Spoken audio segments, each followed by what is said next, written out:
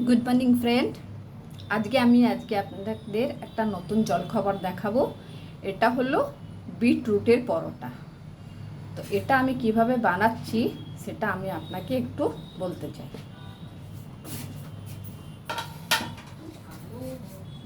প্রথমে আমি এই বিটটা আছে সেটাকে গ্রেট করেছি।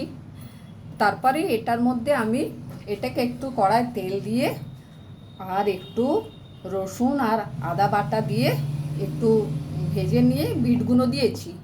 বিটগুলো খানিকক্ষণ নরম হয়ে যাওয়ার পরে আমি তো ক্যাপসিকাম, কাঁচা লঙ্কা, ধনেপাতা সব দিয়েছি, নুন দিয়ে ঢাকা দিয়ে নেড়ে নিয়েছি। তারপরে আমি এটাকে লেচি বানিয়ে বানাচ্ছি পরোটা।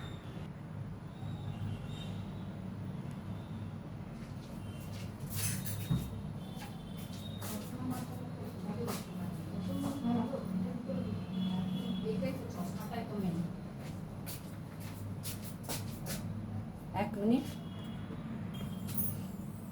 এই বিটের পরোটাগুলো একটু লাল লাল ভাজা হবে, কেননা লাল বিট তো লাল রং হয়, সেই জন্যে। তো আমি এবার পরোটা ভাজছি, চড়িয়েছি একটা।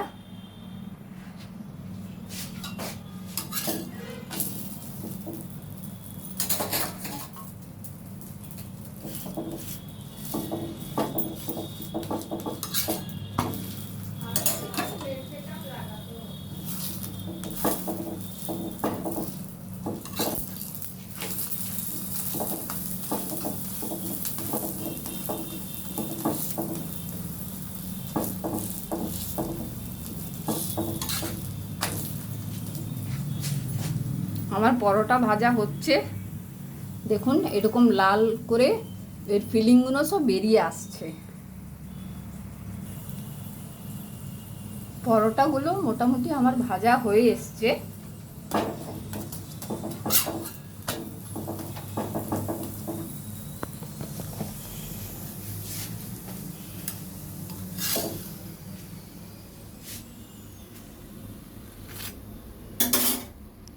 এই পরোটাগুলোর সাথে এই যে দই আর ধনেপাতার চাটনি আর টমেটো সস এইসব মিলিয়ে খাবো।